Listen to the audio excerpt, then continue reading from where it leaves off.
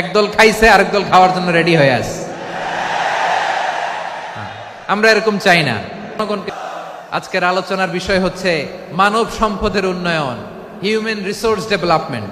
It's a process to increase the capacity of knowledge, skill, capacity of the people of a country. একটা দেশের মানুষের জ্ঞান, তাদের দক্ষতা কি করে বাড়ানো যায়, বাড়িয়ে দেশের উন্নয়ন করানো যায়, এটাই হচ্ছে মানব সম্পদ উন্নয়নের মূল কথা। তাহলে তো কোনো দল এটা নিয়ে কোনো কথা বললো না, আপনারা এটাকে নিজের গায়ে যে মাখালেন, এটা ঠিক হয়নি। আমি বলবো যে এটা খুবই অনভিপ্রেত হয়েছে।